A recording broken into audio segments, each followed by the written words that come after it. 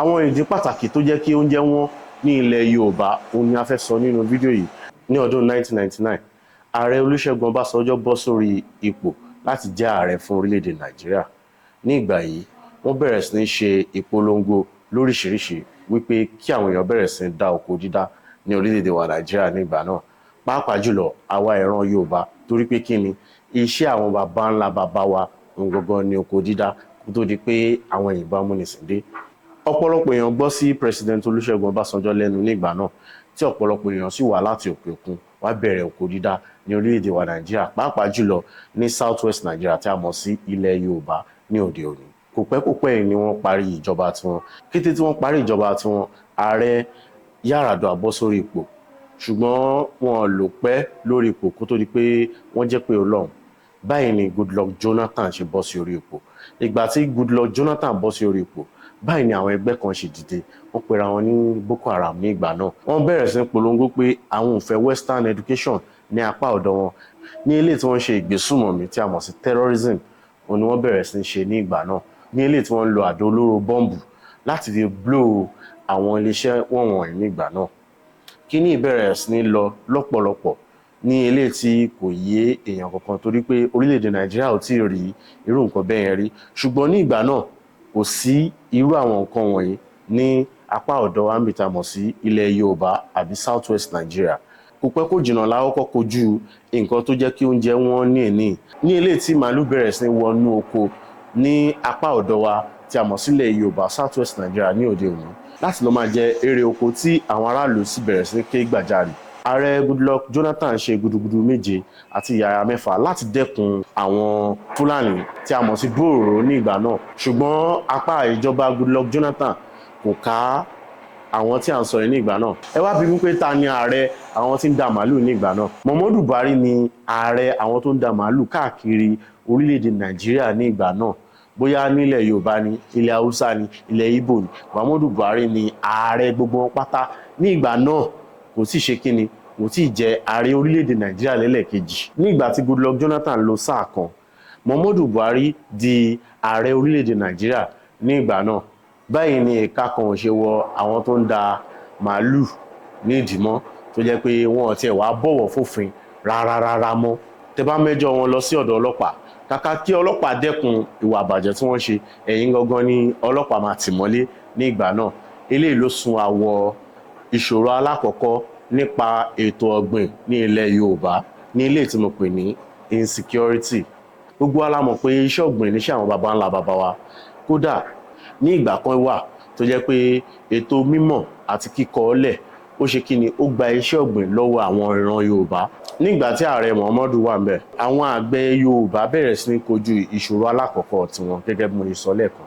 Báyìí ni wọ́n bẹ̀rẹ̀ sí ní kojú oríṣiríṣi ìlànà ìgbésùmọ̀mí tí a mọ̀ sí banditry, kidnapping àti oríṣiríṣi ìgbésùmọ̀mí tí ò tiẹ̀ ṣe é fẹnu sọ.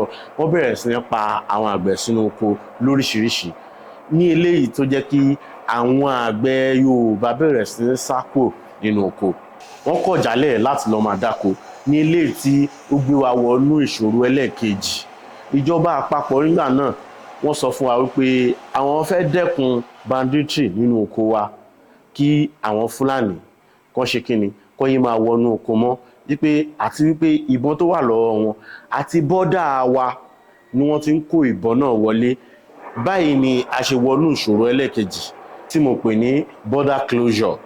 Ṣé rí eléyìí, mo mọ̀ pé ọ̀pọ̀lọpọ̀ èèyàn máa sọ pé border closure kì í ṣe ìṣòro, ṣùgbọ́n ní ọ̀dọ̀ tèmi máa sọ ìdí tí mo fi rí pé border closure ìṣòro ńlá gbáà ló jẹ́ fún wa ní ilẹ̀ Yorùbá.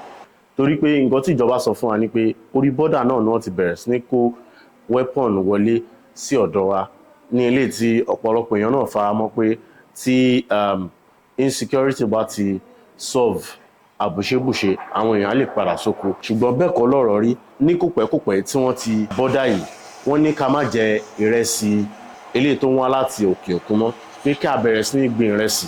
Àwọn èèyàn tún padà sí oko díẹ̀, ṣùgbọ́n bọ́n ṣe ń padà sínú oko ni wọ́n ṣe ń pa wọ́n. Báyìí sì ni ibì kan tí wọ́n ti ń gbin ìrẹsì successfully òun ní Òkè Ọya tí a mọ̀ sí northern part of Nigeria. Àwọn ará northern part of Nigeria àwọn ni wọ́n ń pa àwọn tọ̀dọ̀ wa nílẹ̀ Yorùbá tí wọ́n ṣe kíni, tí wọ́n bẹ̀rẹ̀ sí ń dáko. so báyìí ní kúkúrú kò sí oko ìrẹsì tó pọ̀ rárá tó lè ká wa ní South West Nigeria bí kò ṣe pé a ní ìdásí rely lórí north fún ìrẹsì. Àwọn ibi tí mo tún lérò pé a lè rely lé nígbà náà ó ní Benin Republic ní ilé tó súnmọ́ wa àtàwọn Togo. Orílẹ̀-èdè Benin seko òjò 4 hours sí 5 hours lọ ó depend lórí ọ̀nà tẹ́ bá gbà. Bẹ́ẹ̀ sì ni 50 kg of rice ní orílẹ̀-èdè Benin wọ́n tà ní 18,000 CFA ní ilé tó jẹ́ bí 32,000 naira ní ọ̀dọ̀ wa ní ìgbà náà. Ní ọdún tó kọjá ọmọ Yorùbá kan padà di ààrẹ orílẹ̀-èdè Nàìjíríà tí a mọ̀ sí Bọ́lá Ahmed Tinubu Jagaban. Inú gbogbo ọmọ káàárọ̀ òjíire dùn nígbà tí ààrẹ orílẹ̀-èdè débẹ̀ ní ilé ìtarò pé wọ́n ṣe kíni wọ́n dẹ́kun bí gbogbo nǹkan ṣe ń lọ sókè. Ṣùgbọ́n kété tí wọ́n débẹ̀ la bọ́ sínú ìṣòro ẹlẹ́ẹ̀kẹta ní ilé tí mo pè ní fuel subsidy removal. Ṣé wá rí ìṣòro ẹlẹ́ẹ̀kẹta yìí pẹ̀lú ìṣòro alákọ̀ọ́kọ́ tí a mọ̀ sí insecurity, pẹ̀lú ìṣòro ẹlẹ́ẹ̀kejì tá a mọ̀ sí border closure, pẹ̀lú ìṣòro ẹlẹ́ẹ̀kẹta tó ṣẹ̀ṣẹ̀ dé ó wá ṣe gudugudu méje yàyà mẹ́fà bí oúnjẹ ṣe wọ́n lọ́pọ̀lọpọ̀. Ẹ jẹ́ kí n ṣàlàyé bó ṣe dálẹ̀ fún yín. Nígbà tí ààrẹ Bọ́lá Ahmed Tinubu débẹ̀ wọ́n yọ subsidy, gbogbo alamọ̀ yẹn. Wọ́n ṣe yọ subsidy epo gbẹ́nu lọ sókè ní ilé tó jẹ́ kí epo wọn ní ìlọ́po mẹ́ta.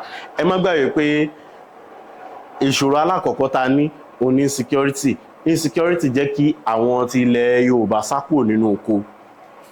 Border closure ó jẹ́ kí wọ́n ti border oúnjẹ ò wọlé sọ́dọ̀ wa. The only place ta ní ìdá ti rely lé lórí fún oúnjẹ òun ni north. Nígbà tí epo wọn àwọn ará north wá sọ pé 2 million ló máa ń ná wọn láti fi ra epo sínú trọ́ọ̀kì tó fẹ́ fi gbóúnjẹ wá láti north. Ilẹ̀ north tó súnmọ́ wa jù ló tó bí ẹ jẹ́ ká pè ní 7-8 hours. Nígbà tí èmi dẹ̀ ṣe calculation yìí lóòótọ́ wọ́n ná tó 2 million naira láti fi ṣe kíni láti gbóúnjẹ wá. Kò sí pé wọ́n fẹ́ ra oil sínú truck wọn níbẹ̀, kò sí pé ọlọ́pàá dá wọn lọ́nà wọ́n fẹ́ gbowó, kò sí pé táyà fọ́ níbẹ̀, kò sí pé gbogbo nǹkan tó máa ń ṣe mọ́tò lójú ọ̀nà kò sí gbogbo yẹn bẹ̀. Ipe wọ́n fẹ́ ra epo sínú mọ́tò láti fi gbóúnjẹ wá láti north nìkan sí ilẹ̀ Yorùbá pàápàá jùlọ Èkó wọ́n máa ná 2 million naira lọ bọ̀. Ní ilé tí mo dẹ̀ ṣe ìwádìí mi tí mo rí pé bẹ́ẹ̀ ni ó ṣe rí ní òótọ́. Tẹ́yìn bá dẹ̀ rò pé bẹ́ẹ̀ kọ́ ẹ lè bá mi fà ní comment section. Ṣé wá rí ìṣòro mẹ́tẹ̀ẹ̀ta yìí òun ló ṣe kíni òun ló kórapọ̀ ló wá gbé wa wọnú ìṣòro ẹlẹ́ẹ̀kẹrin ilé tó wá sún wa gẹ̀gẹ̀gẹ̀gẹ̀ wọnú ìṣòro ẹlẹ́ẹ̀kẹrin tí a mọ̀ sí inflation. Inflation wá dé orílẹ̀-èdè Nàìjíríà lápapọ̀. Èèyàn kan máa ń bi mí pé tó bá yẹ pé bí mo nǹkan tí mo ń sọ yìí níbẹ̀ ló ṣe rí pé ṣe bí ọ̀dọ̀ wa ló yẹ kí nǹkan ti wọ́n. At least àwọn ará north tó ń kó oúnjẹ wá sí south wọn ò ṣe kíni wọn ò ní ìṣòro pé àwọn ń ra epo ní ọ̀dọ̀ wọn wípé kò yẹ kó ń jẹ wọ́n lọ́dọ̀ wọn.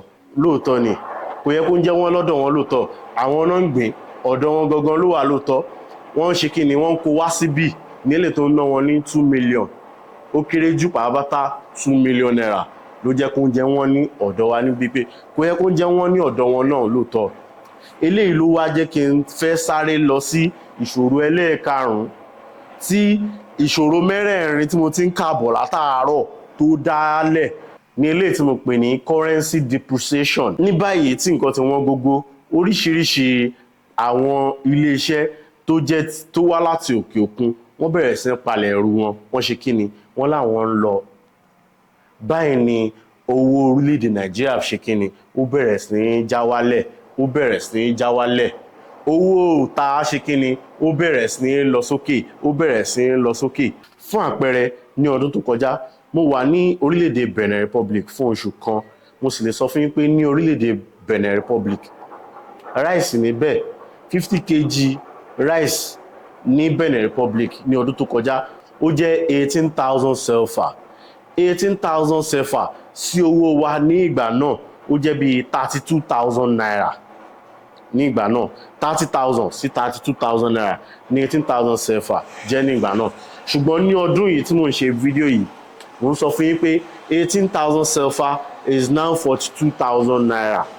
Ṣé mọ̀ pé owó tí wọ́n ti ní value bí economy Nàìjíríà ṣe kíni bó ti ṣe drop owó tí wọ́n ti ṣe kíni ó ti ní value. value yìí ló wá jẹ́ kí àwọn tó wà ní north wá pinnu pé àwọn kan nú wọn wọ́n rò pé àwọn ò lè máa ná 2 million láti máa kó oúnjẹ wá sí south.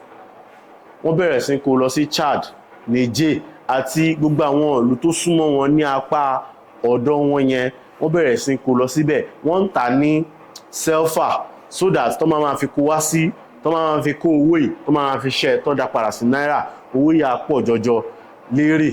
So scarcity oúnjẹ òun ló jẹ́ kí oúnjẹ wọn lọ́dọ̀ wọn. News ẹ̀ lẹ́ ń wò lójú screen yìí yẹn, kò ń ṣe àròsọ ní gbogbo nǹkan tí mò ń sọ fún yín yìí. Àwọn nǹkan tó wà ní ìwé ìròyìn ni mò ń sọ fún yín yìí. Wọ́n ṣe kí ni? Wọ́n sọ bẹ́ẹ̀. So eléyìí jẹ́ scarcity oúnjẹ, kò release oúnjẹ náà ní north bí ó ti ṣe ń wọ south tí wọ́n ń tà lọ́wọ́n. Bẹ́ẹ̀ náà ni wọ́n ṣe kí ni? Làwọn kan tún kó wọ Chad, àwọn neighboring country ní northern part of Nigeria ni wọ́n kó wọbẹ̀, ni wọ́n ń tà lọ́wọ́n ní selfa níbẹ̀. So scarcity ó ṣe kí ni? Ó bẹ̀rẹ̀ sí ní mú problem expensive wá. Ìwọ̀nba tó wà ṣé wàá rà lọ́wọ́n àbí ká tún máa kó lọ, òun ni nǹkan tí wọ́n fi ṣe. Ní ilé tó wá jẹ́ kí gbogbo nǹkan wọn pátápátá ó kù ìṣòro ẹyọkan. Ìṣòro ẹyọkan yìí ni mo pè ní infrastructure. Ǹjẹ́ mọ̀ pé ọ̀nà tó tún máa kó àwọn èrò oko lọ́dọ̀ wa ń bì nílẹ̀ Yorùbá wa, ìwọ̀nba àwọn àgbẹ̀ tó gbójú tó gbóyà tó ń lọ sóko láti máa dá oko kó máa kó wá sí ìlú fáwọn èèyàn láti máa jẹ, ìwọ̀nba ọ̀nà tó débẹ̀ kò dá. Kò síbi tó tún wá lè kó àwọn èrò oko yìí sí tí ò fi ní bàjẹ́ nílé táwọn olóyìnbó ń pè ní storage tó sunwọ̀n ní ọ̀dọ̀ wọn. So àwọn ìṣòro mẹ́fẹ̀ẹ̀fà yìí ni mo rò pé àwa Yorùbá ń kojú lọ́wọ́lọ́wọ́ báyìí. Mi ì mọ̀ bóyá bó ṣe rí ní àwọn apábi tó kù lórílẹ̀-èdè wa Nàìjíríà nìyẹn. Bẹ́ẹ̀ sì ni àwọn máa ń ní kò sí tó ń bọ̀ lókè tílé ò gbà, ṣùgbọ́n ìmọ̀ ìṣòro eléyìí èmi ò rò pé ilẹ̀ ó gbà wọ́n. Kò í ṣe ìṣòro tó lè solve ní kíákíá báyìí. Ẹ bi mí pé kí ni mo rí tí mo fi rò pé kò í ṣe ìṣòro tó lè solve ní kíákíá báyìí. Àwọn nǹkan tí mo rí tí mo fi rò pé kò ń ṣe ìṣòro tó lè solve ní kíákíá báyìí ni pé nǹkan méjì péré ló ń powó fún orílẹ̀-èdè Nàìjíríà lọ́wọ́lọ́wọ́ báyìí. Àwọn nǹkan méjèèjì náà ni ohun àlùmọ́nì ní ilé tí petroleum wà jẹ́ ìkan lára wọn, àti some other things. Mo fi yẹn ṣe kàtígórì ẹlẹ́ẹ̀kínní. Kàtígórì ẹlẹ́ẹ̀kejì ni pé ní Nàìjíríà lọ́wọ́lọ́wọ́ báyìí a produce anything. Fún àpẹẹrẹ, ẹ wo duties tí wọ́n ń gbà lórí àwọn ọkọ̀ tó ń kó wọlé látòkè òkun, ẹ̀yin náà mọ̀ kò pọ̀. Ní ilé tí àwọn òyìnbó ń pè ní importation tax, eléyìí ni ò jẹ́ kí wọ́n lè ṣí bọ́dà, torí pé kí ni? Tí wọ́n bá ṣí bọ́dà, àwọn èèyàn ò ní máa gbé ọkọ̀ wọlé wá sí orílẹ̀-èdè wa Nàìjíríà tààrà mọ́. Tí wọn ò bá dẹ̀ ti gbé ọkọ̀ wá sí orílẹ̀-èdè wa Nàìjíríà, wọ́n á máa gbé lọ sí irú Benin Republic tó súnmọ́ wa. Duties tí wọn owó ẹ̀ wálẹ̀, tó máa ti ń gbé wọbẹ̀ wọ́n á kàn máa wá wọlé ni. Ní ilé tí mo rò pé ìdí pàtàkì tí wọ́n fi ṣí bọ́dà nìyẹn, àti ìdí tí wọ́n sọ fún alálàkọ́kọ́ wípé ibẹ̀ ni àwọn èèyàn ń gbà kó nǹkan ogun wọlé, ibi tó ń jẹ́ tún lè gbà wọlé. Cotonou is like 4.5 hours sí 5 hours sí Èkó. Wọ́n sì ní àwọn náà dáko lọ́pọ̀lọpọ̀, wọ́n lè ṣe kí ni? Wọ́n lè máa bá wa kó oúnjẹ wọlé láti bẹ̀ tẹ́ pé a ní rí láì lórí north mọ́. Ṣùgbọ́n ọ̀rọ̀ yẹn ni wọ́n pè ní ó bú sósì ní lẹ́nu, ó buyọ̀ sí. Ìsórè kò ṣe é pọ́nlá, iyọ̀rẹ́ kò ṣe é tú dànù. Ẹ má jẹ́ ká lo yọ̀. Ó bú sósì lẹ́nu, ó fi oyin sí torí iyọ̀ ṣe é tú dànù. So àwọn nǹkan wọ̀nyí lèmi rò pé ó ń kojú wa ní orílẹ̀-èdè wa Nàìjíríà lọ́wọ́lọ́wọ́ báyìí. Mo sì fẹ́ ká ṣe nǹkan kan nínú fídíò yìí. Mo fẹ́ bẹ̀ wá lẹ́bẹ̀ kan ni. Ẹ má yẹ ká bu ẹnu ẹ̀tẹ́ lu ìjọba kankan ní comment section. Ẹ jẹ́ ká sọ nǹkan tí a rò wípé ìjọba lè ṣe tó lè dẹ́kun ìdí tí oúnjẹ fi wọ́n ẹ̀, pàápàá jùlọ àwọn tí èmi mọ̀ tí mo ṣàlàyé nínú fídíò yìí. Mo mọ̀ pé ó ju bẹ́ẹ̀ lọ, ṣùgbọ́n bí èmi ṣe mọ̀, bí mo ti ṣe mọ̀ nǹkan ṣàlàyé sí, òun ni mo ti ṣe kíni, òun ni mo ti ṣe ṣàlàyé yẹn. Ẹ jẹ́ ká stop blame game báyìí. That is not what this video is all about. What this video is all about is ìdí ọ̀nà tá a lè gbà láti fi dẹ́kun bí oúnjẹ ti ṣe wọ́n ẹ̀. Ẹ má yẹ ká gbàgbé pé ààrẹ orílẹ̀-èdè yìí èèyàn wa ni. Èmi ò sọ bóyá ó ṣe dáadáa àbí kò ṣe dáadáa, kò ń ṣe ìyẹn ni fídíò yìí wà all about. Ṣùgbọ́n ká jẹ́ ká sọ pé ẹbí yín, bàbá yín, tàbí ẹ̀gbọ́n yín tàbí ọ̀rẹ́ yín òun ni ààrẹ orílẹ̀-èdè yìí, kí ni nǹkan tẹ́ rò pé ó lè ṣe? Ẹ jẹ́ ká kọ̀jọ sọ sí comment section, ẹ understand? Ká dẹ̀ sọ láì ṣe kíni, láì bú anybody. Ẹ má yẹn ká bú látòrí ìjọba tí mo ti bẹ̀rẹ̀, which is ìjọba Ọbásanjọ́, tí dórí ìjọba Yar'Adua, ìjọba Goodluck, ìjọba Buhari, títí dórí ìjọba Tinubu. Ẹ má yẹ ká bú kankan nu wọn. Ẹ̀yin tẹ́ gbọ́n jù mí lọ wà lórí ìkànnì, ẹ̀ ń wo ìkànnì yìí. Nǹkan tí mo máa ń rò gbogbo ìgbà ni pé àwọn tó gbọ́n jù mí lọ ló ń wo ìkànnì yìí. Ọgbọ́n yín yẹn mo á fẹ́ ká kọ sí comment section. Ẹ jẹ́ ká ṣàlàyé ẹ̀ ní ìlànà tó máa fi yé ìjọba, pàápàá jùlọ ẹ̀yin tẹ́ wà lókè òkun. Ẹ bá wa dá sí ètò léni, ẹ jẹ́ ká mọ nǹkan tí ìjọba lè ṣe. Solution ẹ̀yàn kan tí mo mọ̀ ni pé kí wọ́n ṣí bọ́dà, kò dẹ̀ ṣeé ṣe torí pé kíni, ibẹ̀ náà ni ìgbàjọba ti ń gbà generate owó àfi tá bá fẹ́ padà ṣe kíni, tá bá fẹ́ tanra wa ló dẹ́kù. So àwọn ìṣòro yìí ni mo rò pé kẹ́ jẹ́ ká jọ sọ ní comment section. Èmi máa wà ńbẹ̀ láti reply gbogbo comment yín pátápátá ni màá wà ńbẹ̀ láti sọ. Kò ní jù báyìí lọ lónìí. Orúkọ tèmi ni Joe Adétọ̀nà. Yorùbá pọ́nbélé ni wá, a máa ń rán wa létí ibi tá a ti ń bọ̀, ibi tá a dé, ibi tá a ń lọ. Fídíò mi tí mo fẹ́ kẹ́ wò, òun ló ń yọ lójú screen yẹn. Ìsára kẹ́ kílíkì eléyìí tàbí eléyìí. Fídíò méjèèjì ni tí mo fẹ́ kẹ́ wò nìyẹn. Ẹ wò, mo sì mọ̀ pé ẹ ní regret pé ẹ wò.